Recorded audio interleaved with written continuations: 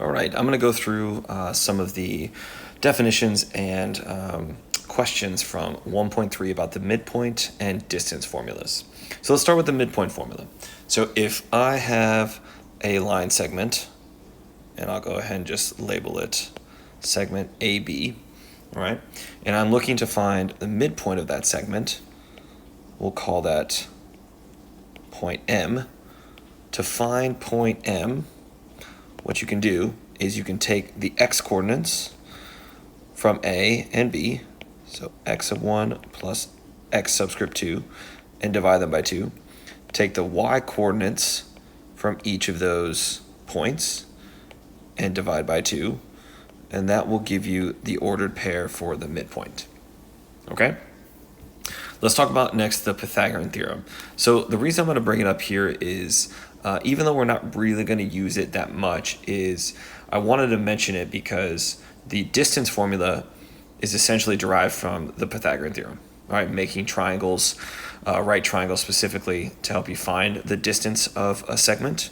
All right, so you can memorize the distance formula. I am going to use it, but ultimately it's really just, do you know the Pythagorean theorem? So for the Pythagorean theorem, right, the idea here is if we have a right triangle and we have legs A and B, hypotenuse C, that you guys know that the relationship between the lengths of these legs and the lengths of the hypotenuse C is going to be A squared plus B squared equals C squared. All right, so now let me show you the distance formula. So if you have 2 points at the end of a line segment here, all right, and again, we'll just label this x sub 1 and y sub 1. And this one is x subscript 2 and y subscript 2. If I wanted to find the distance of that segment, I would write the d for distance equals the square root of the change in our x values squared plus the difference in our y values squared. So a couple of things here. We are going to find the distance between the x coordinates and the distance between the y coordinates. The reason we square those values is because sometimes you're going to have values that are going to have negatives, and if you don't square them, then you're not going to be able to, or when you add them together, you're going to end up having values cancel out. All right, so the idea here is that we want to make sure that since we don't want to cancel anything out, we square it. But because we've squared those differences, we have to take the square root of the entire thing because I don't want squared units, I just want units. All right, again, the idea being that if you were to make triangles here, right, and calling this A, calling this B, calling this C, all right, it's one triangle, a right triangle specifically. Right, the idea is that this C, finding the hypotenuse, is taking the distance A, right, that leg, squaring it, B, and squaring it. You can see this is the change in the x values is A, the change in the y values is B, right, or that over here, the change in the y's. And so to find C, we do that and then take the square root of it. So again, the distance formula is good to memorize, and we're going to use it a lot in this video, but it's really just another kind of iteration of the Pythagorean theorem. Okay, the last thing I want to talk about is the segment bisector. So a segment bisector is any geometric figure that bisects a line segment. So any geometric figure that bisects a line segment. Now, when I say geometric figure, I mean literally anything, like a point, a line, a segment, or a ray. So point, line, segment, or ray. Any of these could be a segment bisector. And the key thing is when this happens, it creates two equal parts. So it's kind of like one of the most important things is it creates two equal parts in terms of your segment. All right, so quick little example, and we'll do one, probably the easiest one here. If I were to draw this segment A, B, right? And if I wanted to show you you know what, let me change it just so we can keep the letters, help you out memorize this. If it's AC, and I wanted to put a bisector here, right? This point B bisects that segment AC, and because I'm telling you that B is a segment bisector, I can go ahead and put these little tick marks here to show you that those lengths are going to be the same. Okay, now let's use all that understanding to help us do a bunch of questions, finding midpoint, finding the lengths of segments. We're gonna do some graphically, some without graphs, but ultimately I think you'll get some good practice in class. Okay, so we first wanna find the midpoint of these 2 points, G and H. So I'm gonna graph point G, which is -5, -2. So here is point G. And then H is 0.3, 4. So there's H. So I'm gonna go ahead and connect those because this is a segment. All right. Now you could probably eyeball it to find the midpoint here, but we're going to use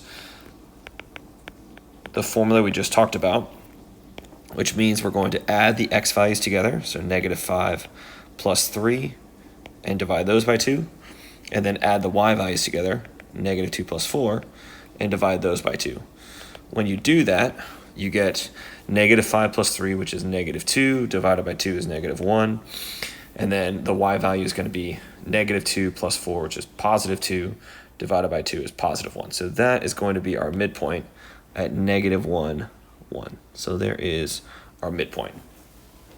In terms of finding the length, again, you do have a graph here. So if you wanted to, or you could make a right triangle, you could count to find these distances of the legs.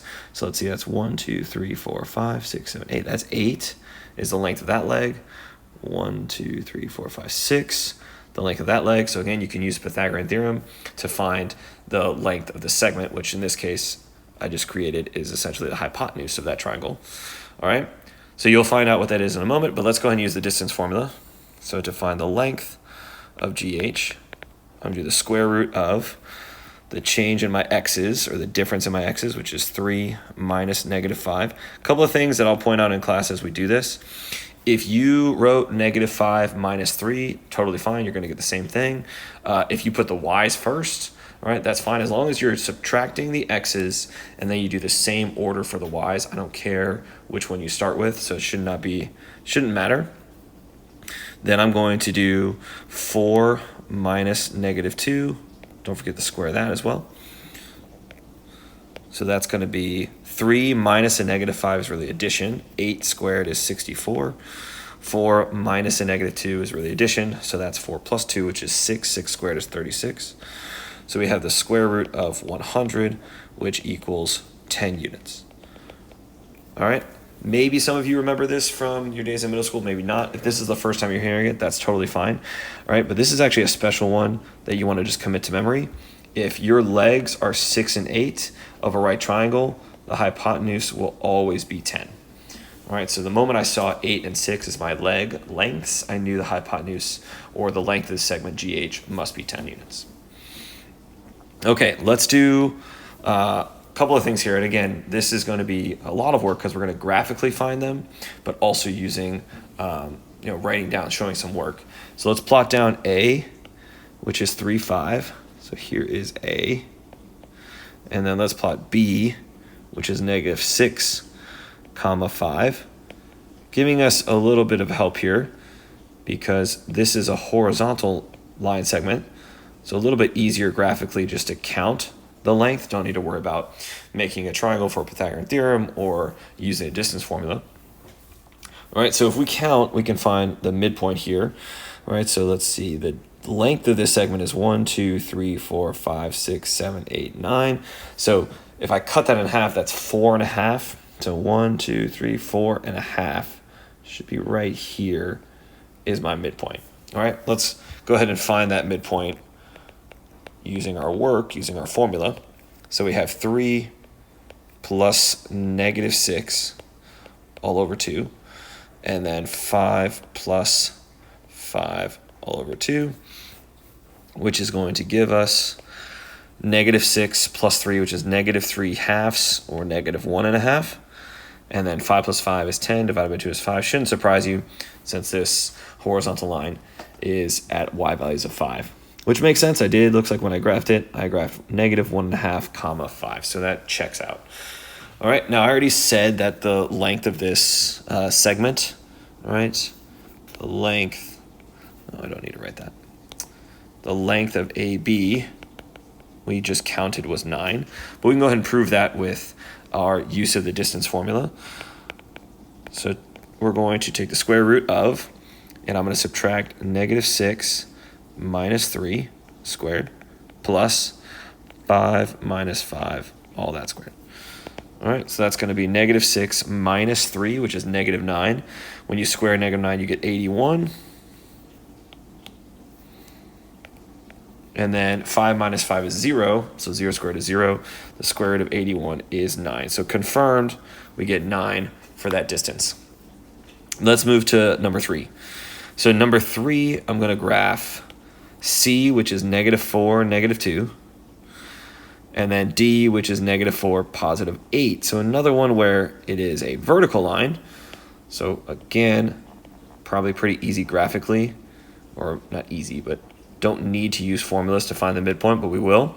So the distance here is 1, 2, 3, 4, 5, 6, 7, 8, 9, 10. So half of that would be 5. 1, 2, 3, 4, 5. So here is my midpoint. We can go ahead and graph, or using our work, find that midpoint.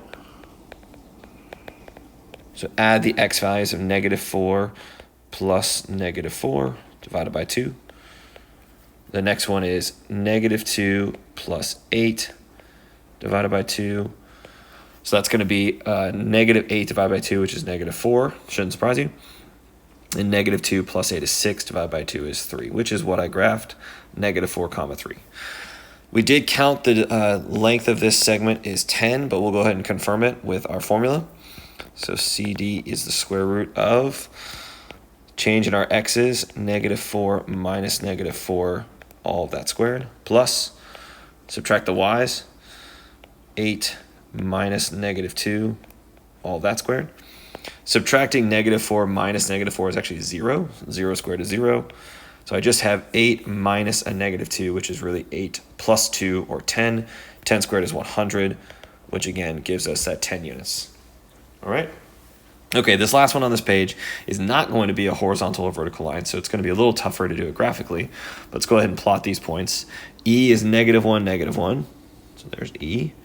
And then we have F is 5, comma 7, way up here. Go ahead and make that segment. All right. If you wanted to, right, my first thought is to make the legs of a right triangle and then use Pythagorean theorem to find it. But again, that's essentially what the distance formula is. So to find the midpoint, before I graph it on there, I'm going to do -1 plus 5 over 2, and then -1 plus 7 over 2. So my midpoint is going to be 4 divided by 2, which is 2, and then 6 divided by 2, which is 3. So 2, comma 3 for the midpoint right here. Okay, in terms of the length of this segment, EF, I'll go ahead and use my distance formula. So subtracting my x values, I get 5 minus -1, all of that squared. Subtracting the y's, 7 minus -1, all of that squared. Subtracting a negative is the same as addition. We've done it a couple times now. So that's 6 squared, which is 36. This is going to be 8 squared, which is 64. The square root of 100 is 10. Okay, so hopefully you're starting to get to the gist of this. We're going to get these last few problems are going to be a little bit more challenging because they're going to be looking at not having a grid to help us graph. All right, so again, some of these might be a little bit more difficult, but we're going to do all the way to number 8, starting here with number 5. If you wanted to do a sketch, I mean, feel free, like you definitely can. Most of the time when I do these, I don't, or I just use my formulas. But again, no problem if you want to do a sketch. All right, let's find the midpoint first. So I'm going to add 2 plus -4 and divide that by 2.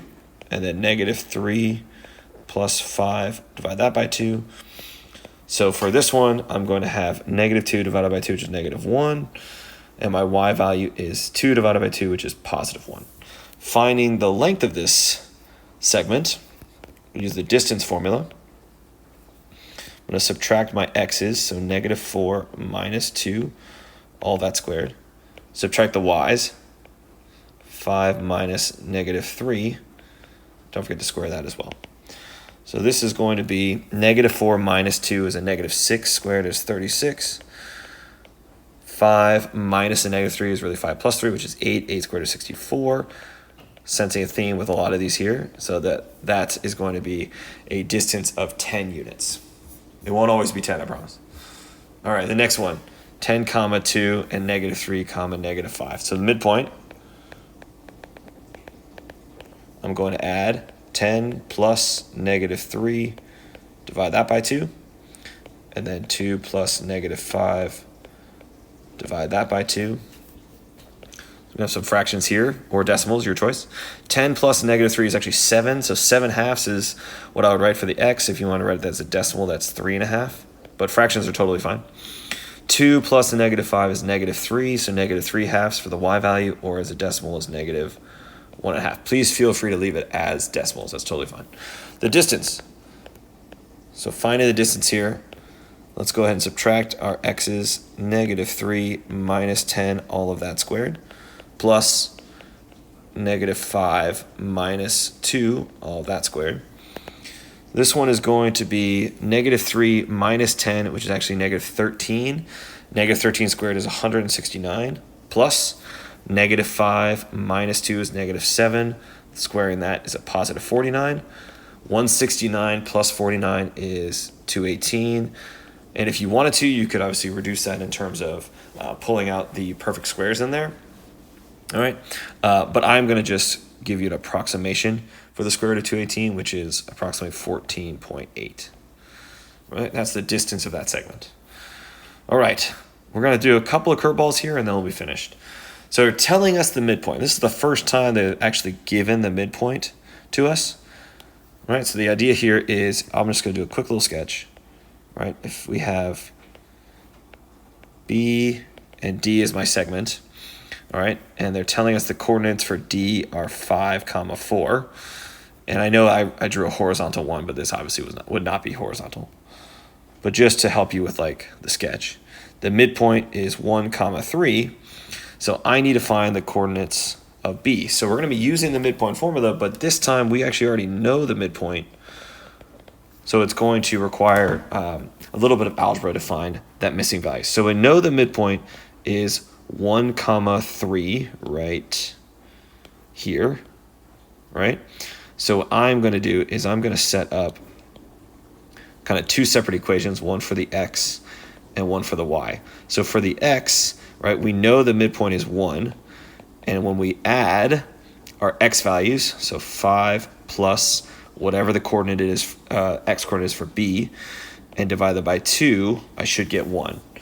Same thing for the y. If I take the y value from the point D, which is 4, add the y value from the coordinate point B, divide that by 2, I will get our y value of 3 from our midpoint.